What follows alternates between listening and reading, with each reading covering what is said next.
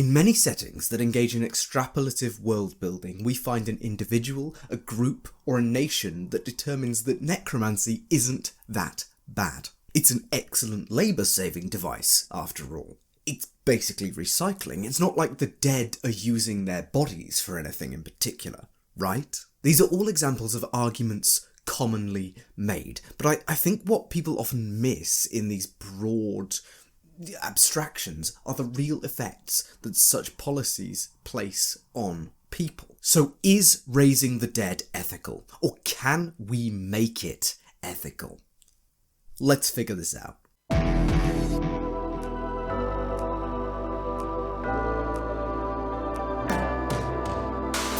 There are a few questions which are really fundamental to establish answers to for our quest here. 1. Do people have souls? 2.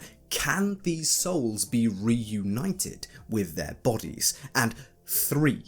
Do undead creatures have souls? For every fantasy world, these answers are going to differ drastically. So let's stick with one of the most influential and broad fantasy properties, and one which allows us the full spectrum from resurrection to reanimation.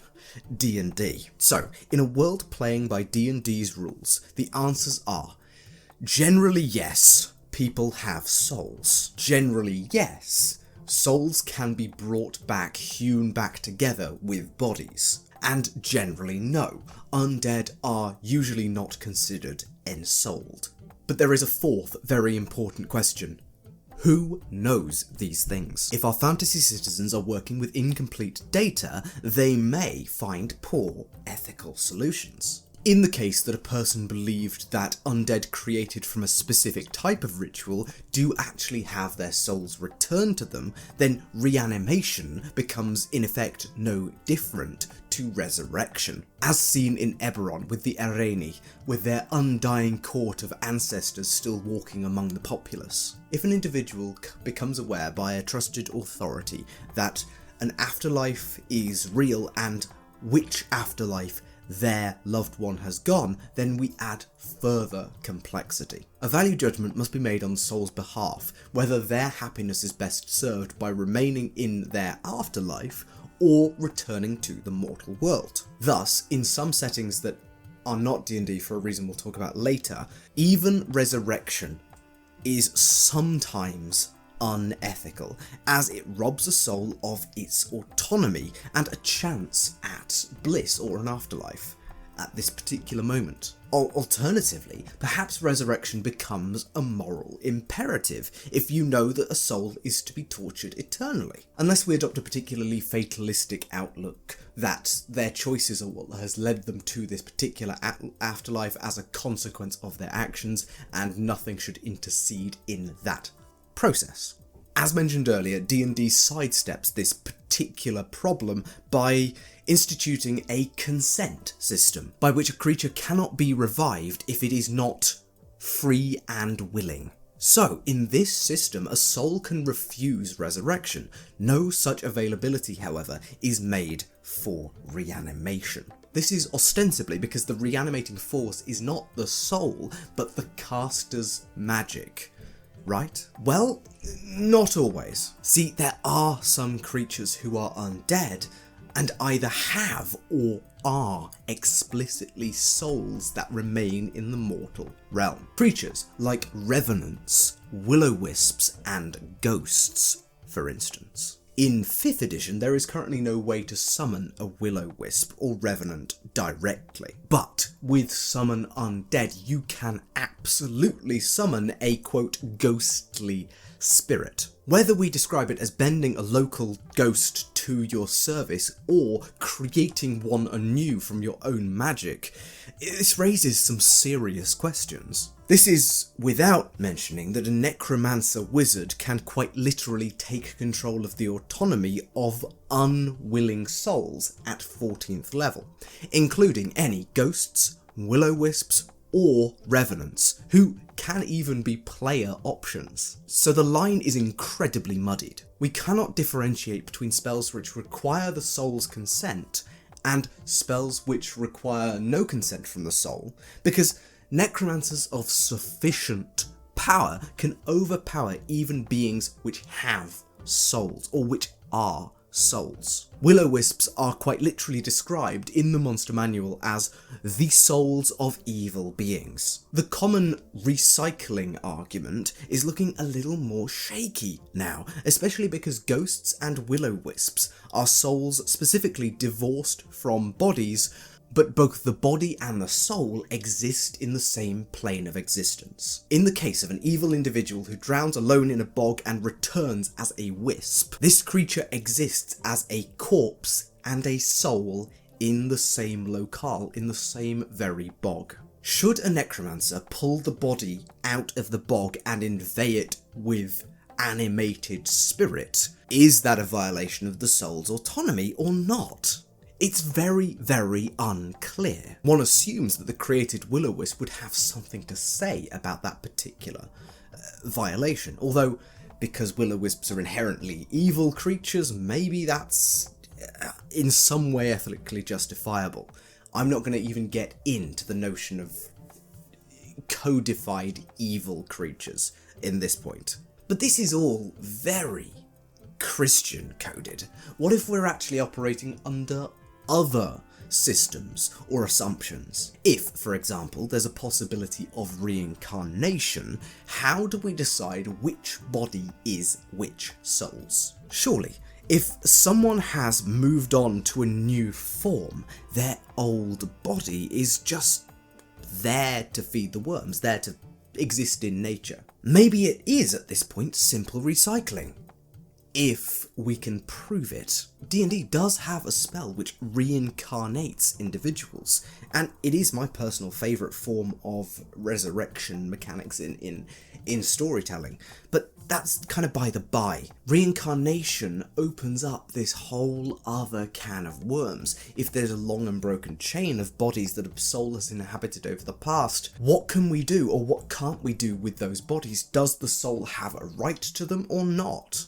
And is that right waived in the process of resurrection, especially if that resurrection is consented to by a spellcaster using magic? I think it's about time to discuss the ethics of the Enlightenment. In our world, this was a period of extreme change in social mores. Atheism was beginning to become a legitimate philosophical movement, and rationality and empiricism had taken root in the minds of the socialised intellectual elites. This was a time for questioning the established order, and the time of the scientific revolution, which sought to describe the physical material world entirely separately from the world of divinity and spirit for pretty much the first time. Please feel free to fact check me on that. As such, we get some pretty historically alien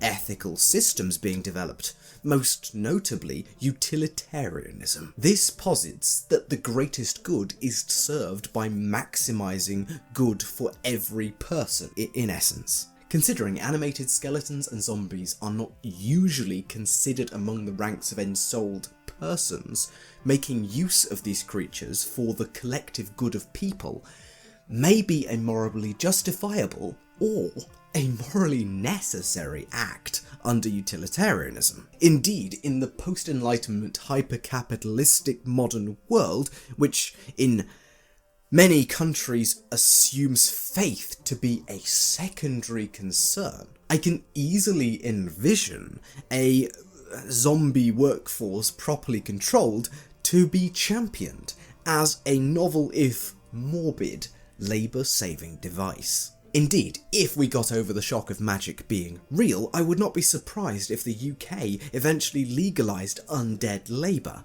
as long as they were ethically sourced and health and safety compliant. The thing is, many fantasy worlds are not currently undergoing a philosophical enlightenment where the role of faith is unsteady and unstable, in stark contrast to a rising tide of discoveries in the observable dynamics of the material world. Although, to be honest, if there are any fantasy settings like that, I would love to learn about them. Maybe kind of like the late Discworld books, but with more Planescape thrown in. It sounds like a really, really fun time. So please do link me if you know of any settings in the throes of this thorny question. Anyway, even putting aside the absurdity of a world with real provable deities undergoing such a movement, let's actually unpack the human problem. Ethics is an abstracted study. It is intended to provide both context and frameworks for dealing with some specific real-world scenarios. But real life is infinitely complex and messy. Let's actually interrogate what ethically sourced and healthy and safe reanimated corpses might actually look like. First things first, they're not zombies. The thing is, ever since we have started exhibiting social behaviour, the corpse has been an object of disgust. We bury them, we burn them, or we leave them away from the food or living spaces. Why? Well, it's not like our ancestors knew enough about bacteria to understand the health risks of having corpses nearby, but they understood their own experiences. Leave a corpse out and wild animals come close to feed on it. So, to keep your clan safe, you have to solve this issue. Either you put your dead away from civilization as a distraction for the beasts, or bury them so deep that wild animals won't dig them up or smell them easily. Leaving them somewhere near people also causes bad smells, annoying insects, and an increase in people feeling unwell. So keep the dead away. All of these are learnable behaviours within just a few generations of existence and thought. And many of these are practiced by animals as well. So health and safety isn't quite as modern and absurd a tool as you might think. So zombies would make a really bad choice for any undead labour force, because of all of these issues. They spread disease, and wild animals will want a piece. So what about corpses that have finished rotting? Well, clean bones are more hygienic than rotten flesh, and we have the added benefit that it is hard to pick out identifying features of skeletons. Unless an individual has died in a very specific way, or is physically deformed in some manner, or incredibly tall and remarkable in that sense, we can assume that most folks won't raise the same stink as they might if they see their grandmother reanimated as a zombie doing field work. So, skeletons solve a few of our health and safety concerns, as long as the necromancers can control them properly and safeguards are put in place in case something goes wrong with their magic. But can we create a situation where ethically we are justified in using skeleton labour? After all, as Julia Kristeva tells us, the corpse is a primary symbol of abjection. It stands invariably outside the norms and acceptablenesses of society. However much we are desensitised to representations of the skeleton in our media, the fact remains that the bones, the actual bones of a person, stir something within people. Be that a primal discomfort, or simply thoughts that this is a bit macabre. Even if we clean our theoretical skeletons completely using fire, acid, or magic, the fact remains that they are still a corpse. And we are hardwired to reject the corpse from society. It is abject. So how could this be solved? Well, you could try bodies which seem less person-like. Depending on the moral compunctions of your world or society, creatures bred for meat or servitude may actually elicit different reactions as creatures seen as people. As long as your society is all in agreement that these folks are not people. Goblins and kobolds are interesting examples of this. Of course, the ethics of this are questionable at best, but it is true that in a fantasy world, the line gets far fuzzier when there are folks who can, talk to animals, and monsters who are more intelligent than seemingly humanoid people. Your best bet, if your magic system does allow for it, are animal corpses, as they do tend to elicit less disgust among people, and we have historically exploited them for labour forever. Although we have also historically exploited our fellow man, so that's not a great argument, and I'm pretty sure any nature-loving individuals, be they druids or otherwise, in your setting, may have a lot to say about the exploitation of animals even in death. A solid choice for solving both the health concerns and the squeamishness concerns is creating a shell, sealant, or other disguise for your undead labour force. It may be a somewhat tired trope, but acting like your undead labour force is actually animated scarecrows, or some top-of-the-range new automaton, or simply just a conjured workforce using illusions, might be a solid way to cause the least harm by placing undead in and amongst your field workers. However, Kantian ethics still would not approve of the attempt to deceive a mass group of people. This would be an ethical ill. So how could we possibly create a system where undead are working out in the open, or at least people are cognizant that undead are working out in the open, without this abjection and disgust taking hold, and without lying to the general populace? Well, the only way I can see a standard fantasy society accepting this is really in a combination of everything we have discussed so far. Reanimation of strictly skeletons, cleared and prepared to be relatively sterile. Such a society would need to ensure that these individuals' souls were certainly elsewhere, either through divination magics or a deal with some extraplanar entity, and that the bodies used were considered to be reprehensible by the populace, to avoid the bad optics of kindly grandmas being drafted into the undead horde. So, we are left with one obvious choice: criminals. Throughout history, most human societies have held capital punishment as part of their justice systems. The moral failings of such a system were really first discussed properly in the Enlightenment, at least as best as I can tell. Meaning we have a lot of human history where the ritual punitive sacrifice of criminals' lives and limbs was standard, and ethical by the standards of the time. However, to make the best argument we can, this acceptable ethical necromancy will not be killing for the purpose of creating undead workforces. Instead, perhaps we can exploit the fact that even into modernity, sentencing for crimes, putting criminals behind bars, involves prison terms. Terms upon the fulfillment of which the individual is released out into the public. For serious offences, maybe these terms can stretch beyond the expected lifespan of an individual. For the most serious criminals, it may be the only ethical choice to keep them imprisoned for the remainder of their life, for the safety of their fellow man.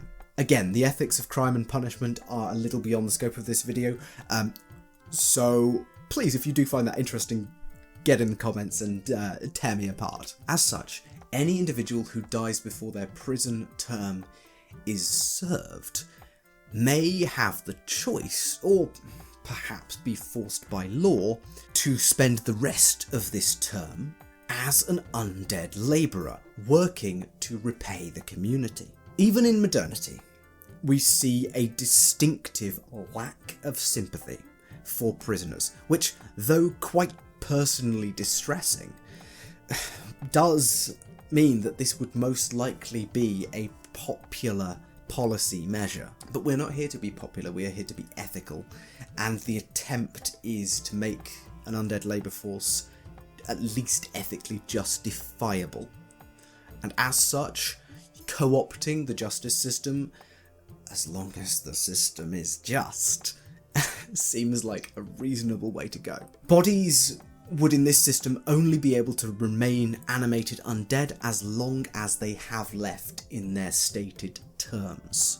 Perhaps that may be made permanent for some of the worst offenders. To assuage any doubts that these undead criminals may go back to their old ways, they would need to be anonymised and fully covered in some more sightly trappings than a walking skeleton for sensitivity purposes and to avoid any of those unpleasant feelings of disgust immediately taking place, especially for visitors to this area or children. Guarantees would likely be made that criminals who operated and victimised a specific local area would be transferred far away from this area before being put to work, and on completion of the term, all criminals would be given a burial. Perhaps this would be an incentive for opting into this program, whereby criminals can serve the rest of their terms as undead